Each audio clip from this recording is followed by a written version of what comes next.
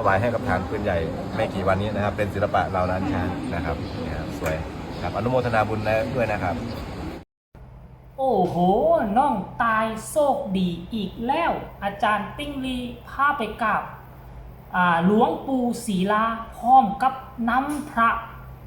ตระกูลล้านสร้างรูปแบบล้านสร้างจะเอาไปมอบให้กองปืนใหญ่อยู่ที่ชายแดนไทยวาซันเดย์สบายดี FC แฟนครับทุกทานโอ้ยผ่านไปหลายมือเติบบ่ได้เฮ็ดคลิปเฮ็ดข่าวเกี่ยวกับ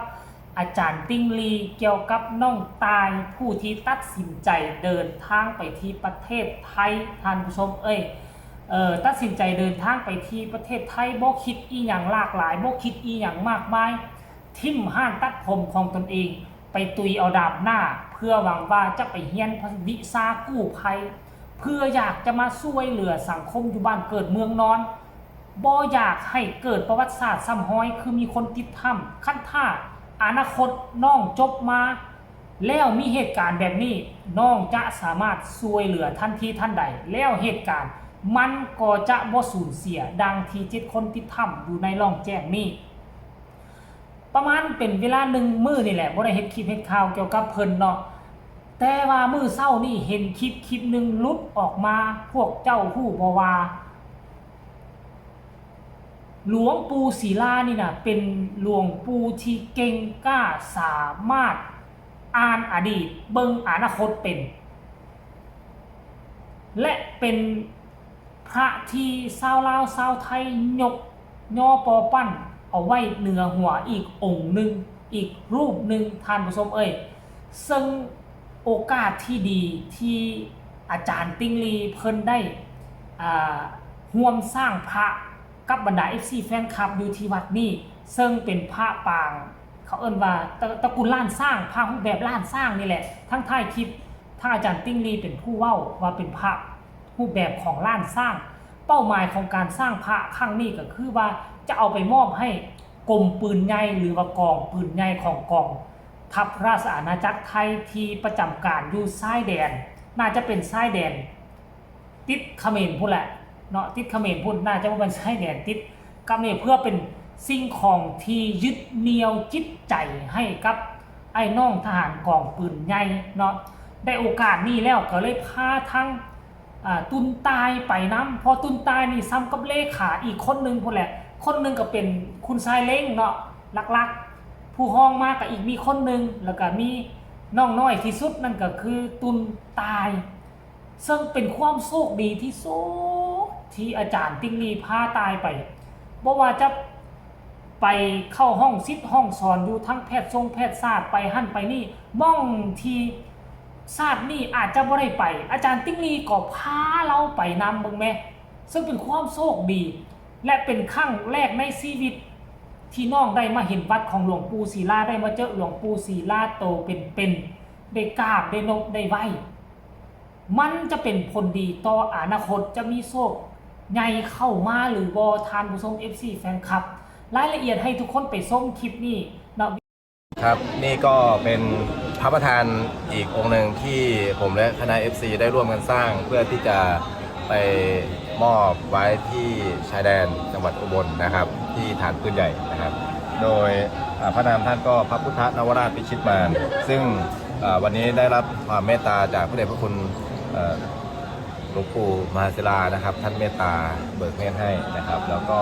จะนำไปประดิษฐานเร็วๆนี้นะครับก็อนุโมทนาบุญกับทุกท่านที่ได้ร่วมบริจาคปัจจัยมานะครับทั้งสมทบและต่อยอดนะครับผมแล้วก็เป็นโอกาสดีพาน้องตายนะครับสบายดีท่านแม่ได้พาน้องตายนะครับมากราบบารมีหลวงปู่ท่านด้วยนะครับน้องยังเขินอยู่ตื่นเต้นนะตื่นเต้นอย่างแรกครั้งแรกที่ได้เห็นครั้งแรกนะครับเชื่อว่าพี่น้องคนลาวหลายท่านก็ติดตามปฏิปทาแล้วก็ชื่อเสียงของหลวงปู่ท่านนะครับซึ่งหลวงปู่ศิลาท่านเนี่ยเอาหลวงพ่อคณะศรัทธาญาติโยมเข้ามากราบหนาแน่นมากนะครับวันนี้ก็เลยพาน้องต่ายเข้ามานั่งรอหน้ากุฏิเลยก็พี่น้องทางสปป.ลาวก็ อย่าอิจฉาน้องตายเด้อ เด้ว่ากล่าวคิดเลยมาแบบป่าเหมือนได้เหมือนเนี่ยมาเหมือนเนี่ยบอลป่าเหมือนมาเหมือนดีใจวะ ดีใจสุดๆเลย ก็มารอบนี้ก็พาไปหลายที่เลยฮะก็อนุโมทนาบุญครับอันนี้จะเริ่มแป้งหน่อยนึงเดี๋ยวไปหัดทำความสะอาดใหม่เดี๋ยวจะเอาไปมอบถวายให้กับฐานปืนใหญ่ไม่กี่วันนี้นะครับเป็นศิลปะเราล้านช้างนะครับเนี่ยครับสวยครับอนุโมทนาบุญด้วยนะครับ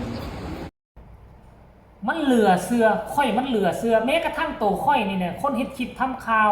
คนเป็นยูทูบเบอร์ค่อยก็ยังบ่กล้าคิดว่าค่อยจะชาตินี้จะได้ไปเยี่ยมชมวัดของหลวงปู่ศิลาชาตินี้อาจจะบ่ได้ไป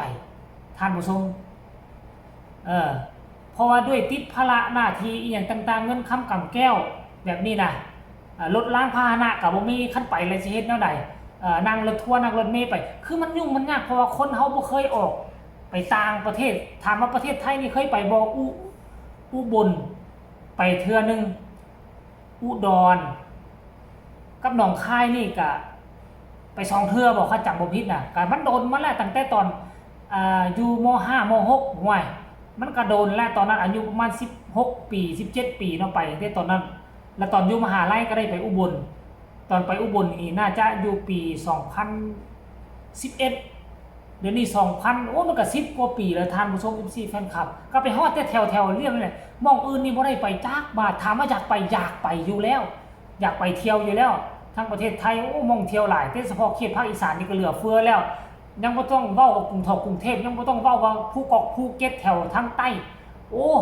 บรรดาเกาะนั่นเกาะนี่ทะเลอันดามันความหลายและยังบ่ไล่เรื่องเชียงหมอกเชียงใหม่แล้วก็ภูสีฟ้าภูซอยดาวภูกระดึงภูหยังก็แหล่งท่องเที่ยวที่เขาเจ้าเฮ็ดเป็นบ้านพักโอ้ยก็คือคอมเที่ยวเป็นปีก็เที่ยวบ่หมดแต่ว่า บ่อยากฝันเพราะว่ามันฝันแล้วก็นี่มันบ่มีอันนี้ไปนะท่านผู้ชม FC แฟนคลับเนาะเอาอันนี้ก็คือเรื่องราวข้อมูลข่าวสารและบ่พอแต่ทอนี่อาจารย์ติ้งลียังสิพาน้องตายนี่ไปเฮ็ดหลายสิ่งหลายอย่างล้วนแล้วแต่เป็นเรื่องเล่าดีๆบ่ว่าจะเป็นการทำบุญบ่ว่าจะเป็นการเฮียนฮอกเฮียนฮู้นอกจากเฮียนฮู้ทั้งด้านกู้ภัยแล้วยังสิพาน้องตายไปเฮียนฮู้ด้านนั้นด้านนี้ไปเห็นมองนั่นมองนี่ซึ่งมันก็ว่าตามชื่อว่าคนอยู่เมืองที่บ่เจริญไปตกที่เมืองเจริญนี่น่ะล้วนแล้วแต่มันเป็นข้อมูลข่าวสารที่สำคัญที่สุดไปรับเอาข้อมูลข่าวสารที่ทันสมัยข้อมูลข่าวสารที่บ้านเฮาบ่มีมาบ่มมาเพาะมาสอนให้คนบ้านเฮาได้รับได้ฮู้เนาะถึงว่าเทคโนโลยีอันความคิดความสามารถก้าวหน้าส่ำใดเอามาสอนบ้านเฮานี่จงตั้งใจทำเฮียนเขียนอ่านการทำเฮียนบ่แม่นว่าจะทำเฮียนอยู่แต่ห้องเฮียนเนาะอาจารย์ติ๊กลีพาไปเลาะหั่นเลาะนี่มันก็คือการทำการเฮียนการลงตัวจริงเฮาเป็นกู้ภัยนี่เฮาต้องได้เจอเหตุการณ์เหล่านี้มันทุกรูปแบบบ่แม่นว่ายามใดก็รถล้มแล้วไปเอารถล้มไปเอามันบ่แม่นไดกู้ภัยนี่มันอยู่ทุกสถานการณ์น้ำท่วมแผ่นดินไหวตึกถล่มเรือคว่ำเกิดสงครามโจมตีกันกู้ภัยก็ต้องไปได้ไปช่วยเหลือคือกันหมดนั่นแหละท่านผู้ชม FC แฟนคลับ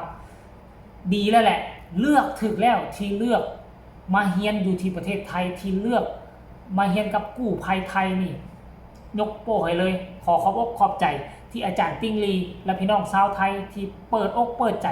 รับเอาน้องน้อยที่อยากเป็นกู้ภัยมาบ่มเพาะมาบ่งสอนอนาคตภายภาคหน้าเขาเรานี่จะบ่เฮ็ดให้กู้ภัยไทยผิดหวังแน่นอนสำหรับคลิปนี้ก็ฝากกดไลค์กดแชร์ไปก็แล้วกันเด้อพอกันใหม่ในคลิปหน้าสบายดี